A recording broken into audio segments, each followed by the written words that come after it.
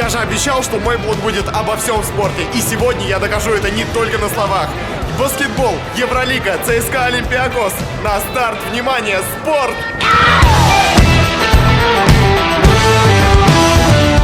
Если вы думали, что отдохнете от меня перед 2019 годом, нет, этого не получится сделать. Но прежде чем увидеть всю жару баскетбольных баталий, я немножечко расскажу о самом баскетболе в принципе. Все, кто хотя бы немного шарит в баскетболе, промотайте вот на этот тайм-код. А для тех, кто не шарит, я сейчас вкратце поясню основную суть игры. Играет в баскетбол 3 на 3, 3 на 3. Для начала основа основ. Баскетбол — игра, в которой играют 5 на 5. Не 11 на 11, не 5 на 5 с вратарями, просто 5 на 5. Но основная цель понятна: забросить как можно больше соперника, это почти в любом командном виде спорта. Очки в баскетболе считаются следующим образом. Все, что было заброшено из штрафной, вот в пределах этой линии, 2 очка. Все, что было заброшено из-за ее пределов, 3 очка. Штрафной бросок, соответственно, 1. Команде дается на атаку 24 секунды. То есть после того, как она ввела мяч в игру, у нее есть только это время, чтобы забросить ответный. Если в этот промежуток команда не укладывается, мяч переходит к сопернику. И у них тоже есть 24 секунды, ну и так, пока не закончится время четверти. Вот, кстати, об этом. Баскетбольный матч делится на 4 четверти по 10 минут. Это в Европе, а в Америке и в NBA на четверти по 12 минут. Еще, ввести мяч можно только одной рукой, либо правой, либо левой. Его нельзя вести двумя, ну иногда это делают в школах, когда учат детей, но в профессиональном спорте это запрещается. Нельзя взять его в руки и просто бежать, это не регби. Обязательно, как я сказал, вести его либо правой, либо левой. В целом, из основных моментов это все. Для базовых знаний этого, думаю, достаточно. А теперь переходим к каким-то интересным вещам, новостям, фактам и изменениям в баскетболе за последнее время. Например, вы знали о том, что когда баскетбол только-только создавался, не было правила, запрещающего игроку дать пас самому себе. Но ведь действительно было удобно. Бросил мяч себе вперед на ход, пробежал, и это было гораздо быстрее, нежели он бы его вел. Потом ввели поправку. Теперь так делать нельзя. А еще вы заметили, что за последние 20 лет правило пробежки начинает упраздняться? Ну то есть да, формально оно еще существует. Но вы посмотрите матчи NBA. Отнюдь не 2 разрешенных шага делают игроки, а зачастую и больше. Если кто не знает, правило пробежки заключается в том, что нельзя держать мяч в руках и делать более 2 шагов. То есть ты обязан его вести. Если взял в руки, 2 шага, бросок. Вот, кстати, изучая баскетбол, я наткнулся еще на одну интересную штуку. Звезды этого вида спорта часто меняют команды. Возьмите футбол. Стивен Джерард, Фрэнк Лэмпорт, Лионель Месси. Или взять тот же хоккей. Сидни Кросби, Александр Овечкин, Джонатан Тейвс, Патрик Кейн, Данкан Кит. Там бесконечно можно перечислять. Все эти ребята провели практически всю карьеру в одной команде и стали ее легендами. А вот в баскетболе это менее вероятно. Например, тот же самый Леброн менял команду 4 раза. Ну, хотя формально 3, потому что он возвращался в Кливленд с перерывом в 4 года. Кевин Дюрант, звезда прошлогоднего финала, сменил 4 команды. Джеймс Харден менял только 2, и только Стеф Карри из современных звезд всю карьеру провел в одной команде. Кстати, вот некоторые стали следить за NBA гораздо менее тщательно, чем буквально пару лет назад. И на это есть причина. Тимофей Мозгов. Многим раньше было интересно, как наш россиянин прорвался в сильнейшую лигу мира. Ну, да, по факту он большую часть времени сидел на скамейке запасных.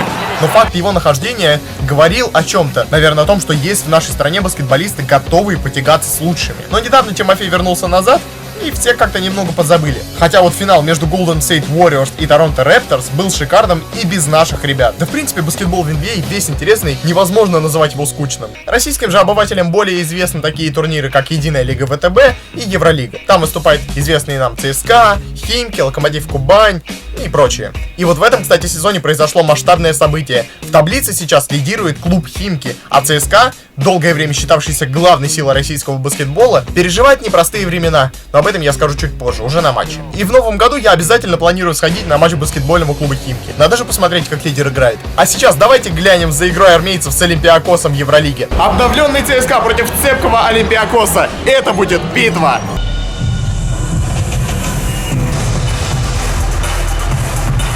Но предматчевое шоу реально четкое. Друзья, поехали вместе!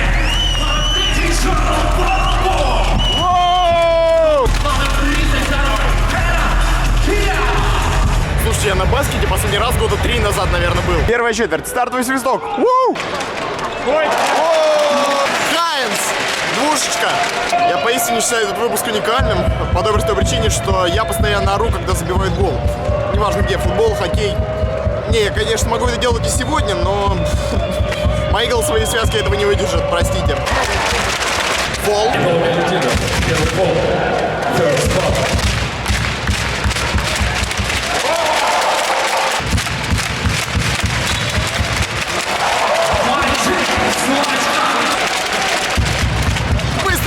за ЦСКА.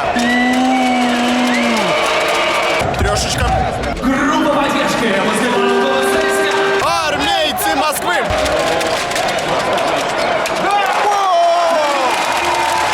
Трешечка от лидера армейцев Майкла Джеймса. И опять трешечка от Джеймса. После первой четверти 24-18 в пользу ЦСКА.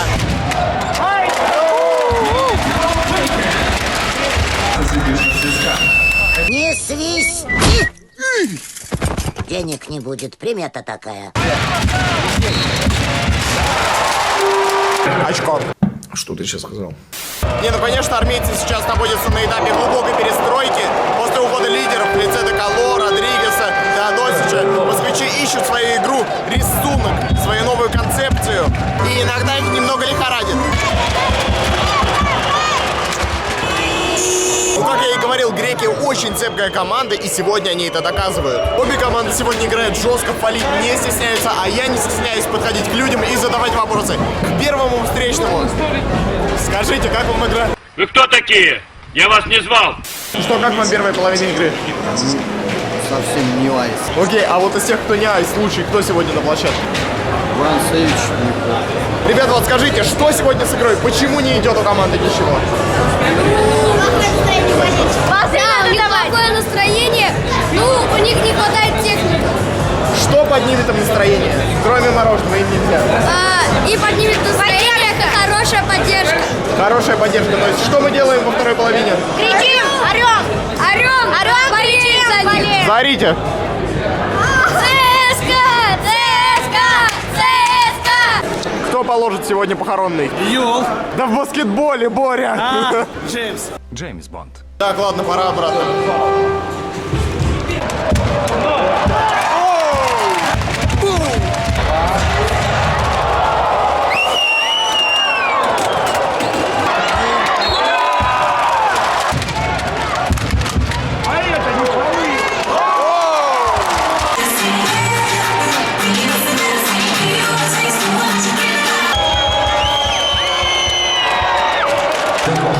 Олимпиакос 66-62.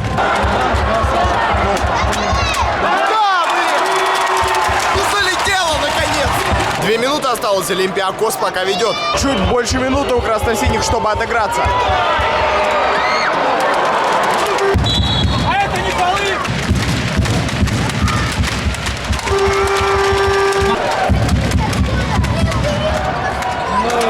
Ну что, как мы видим, баскетбол игра непредсказуемая. ЦСКА вел с разницей в 11 очков, а в итоге проиграл с разницей 8. Вот так.